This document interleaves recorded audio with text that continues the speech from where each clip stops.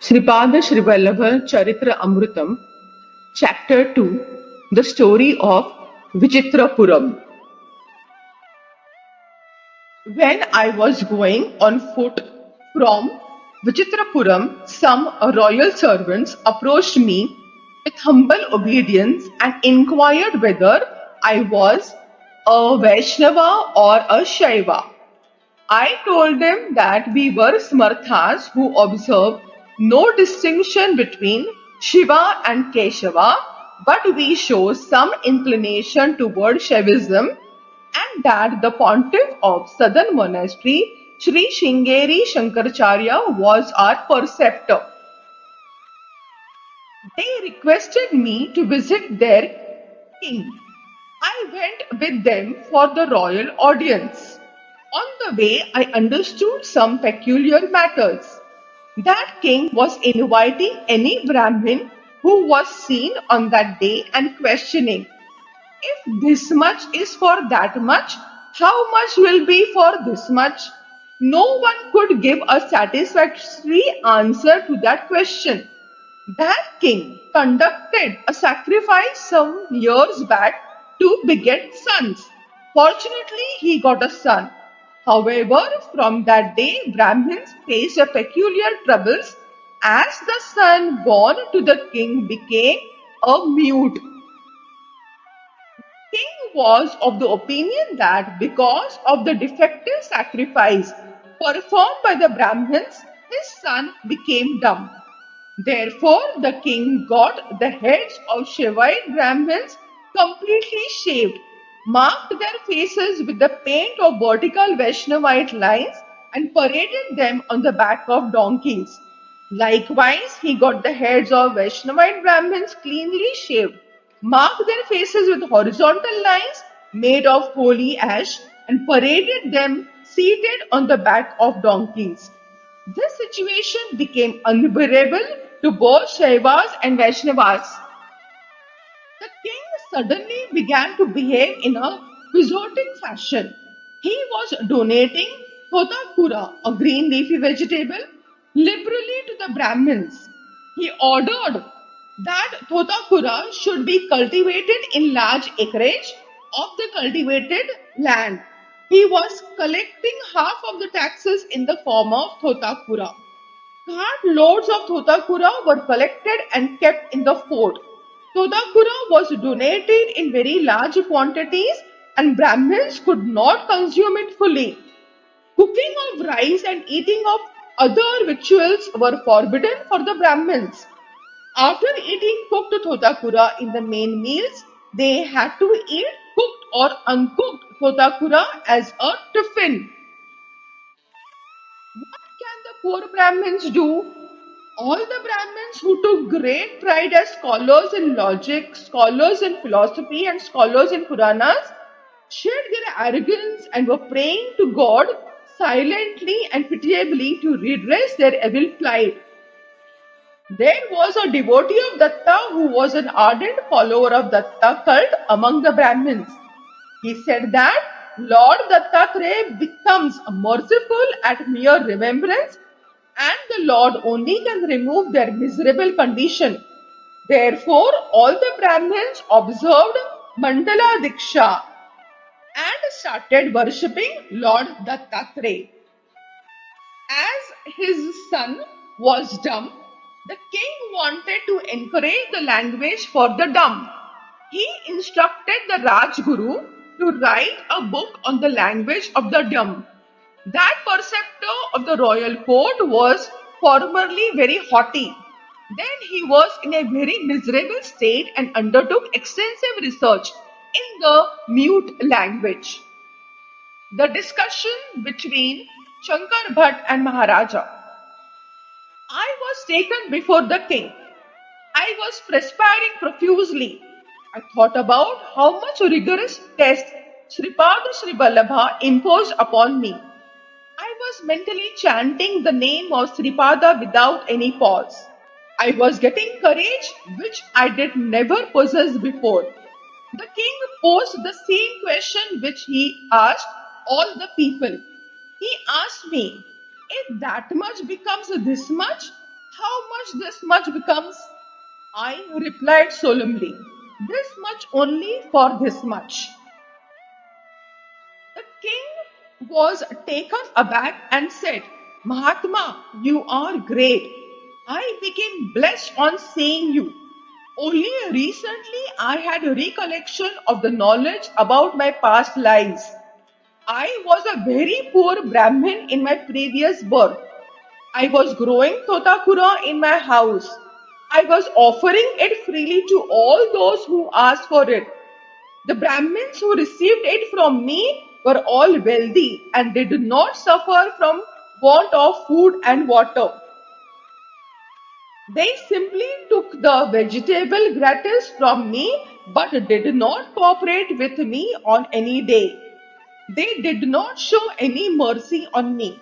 Whenever they were deputing me on their behalf for annual ceremonies of ancestors or for marriages, the householders used to give me large amounts of money and presents.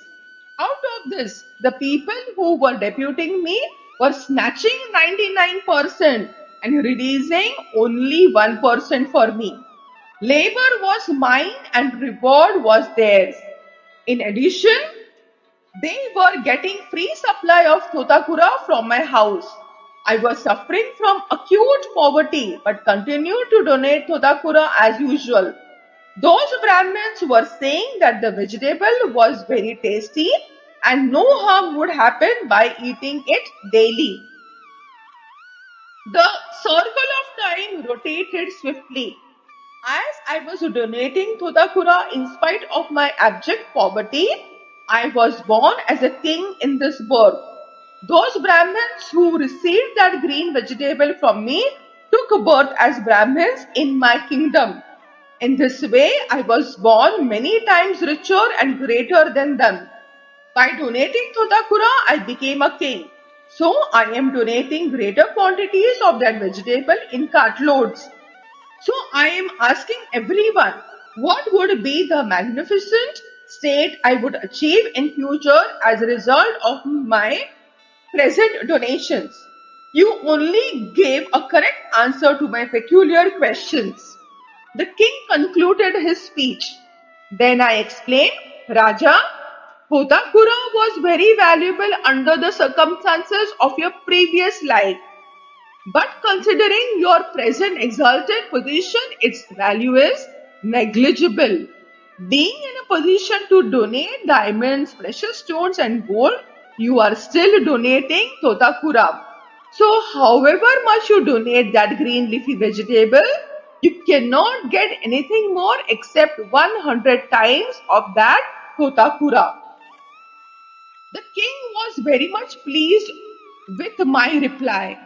It gave great relief to my mind that for a casual reply of mine, the king gave an account of his previous life. I felt that owing to the great grace of Sripada, the dishonor of riding on an ass was avoided. I had already mounted a donkey for misinterpretation of the sacred verses. For fun in my childhood, I offered salutations in my mind to Sripada who saved me from riding an ass in a disgraceful condition. Then started the second test. The test was held in the language of the dumb, which was very much dear to the king. The Rajguru began to examine me. Showing his fingers, the Rajguru questioned me with signs whether it was one or two. I thought that he was asking me whether I came alone or I was accompanied by anyone. I replied with signs showing one finger that I came singly. Then he showed me three fingers that suggested to me about Lord Dattatreya. I assumed that he was inquiring whether I was a devotee of Datta. I felt that devotion should be kept as a secret. So I showed a closed fist and conveyed the message that it was a secret matter which belonged to the innermost heart. For that, the Rajguru offered sweets requesting me with gestures to accept. I refused to accept and I showed a pack of flattened rice. I took some flattened rice from the bundle and gave them. My idea was that I like flattened rice more than sweets and that they could also partake them. Then the Rajguru, in a profound voice, praised Raja. He is a great Pandit. It is known that he is a great Vedic scholar who mastered all Vedas. He is a great expert in the sign language of the deaf. All of this was perplexing to me.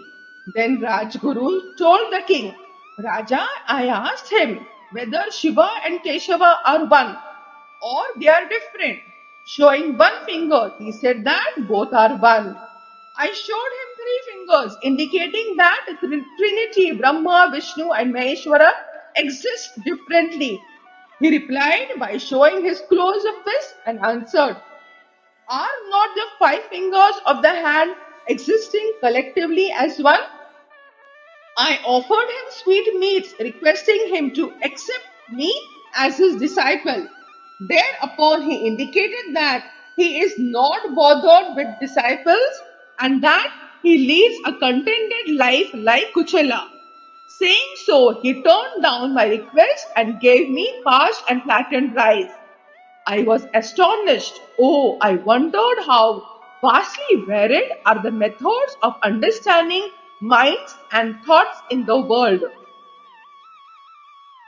Then the third and final examination. Rajguru was reading the mantras from Rudra Chamaka and wanted me to explain their meaning. Remembering Sri Vallabha, I began to expatiate their meaning according to my perfunctory knowledge. Ekachame means one. Trisrachame means number three added to previous one. It is 4 and its mathematical root is 2. Panchachame is addition of 5 to the previous arrived 4 that gives 9 and its mathematical root is 3. Saptachame signifies the addition of 7 to the already arrived number 9. The total is 16 and the root of it is 4. Navachame means adding 9 to the already derived number 16. The total works out to be 25 and the root is 5. Ekadasachame involves addition of 11 to the number 25 already worked out. The total is 36 and its root is 6. Trayodasachame is addition of 13 to previous 36. The total comes to 49 and its mathematical root is 7. Panchadashachame means additions of 15 to the number 49. The total is 64 and its root is 8. Saptadashachame is 17 plus 64 which is equal to 81 and the mathematical root is 9. The other factors are as following. Navadasachame, its root is 10. Ekvinsatishachame, root is 11. Trayovinsatishachame, root is 12. Panchavinsatishachame, root is 13. Saptavinsatishachame, root is 14.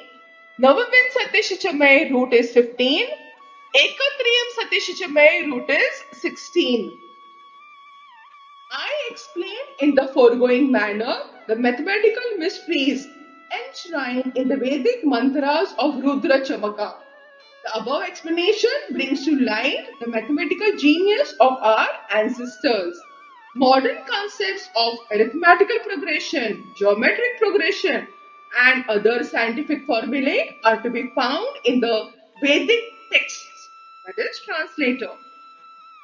My explanation was highly appreciated by the scholars of the court. I was amazed at my own explanation. Again, I added, all this is about the mystery of atoms responsible for creation. This was known to Sage Kanad. Various metals form according to the different arrangement of the number of atoms. On account of the great mercy of Sripada Srivallabha, I came out of the Vichitrapuram in a strange way in the above manner. Result of Parayana of chapter 2: removal of mental diseases and mental troubles which cannot be disclosed to others. Victory, victory unto Sripada Srivallabha, Digambara, Digambara, Sripada Vallabha Digambara, Brahma Vishnu Maheshwara, Sripada Vallabha Digambara, Sripad Rajam Sharanam Prapadde.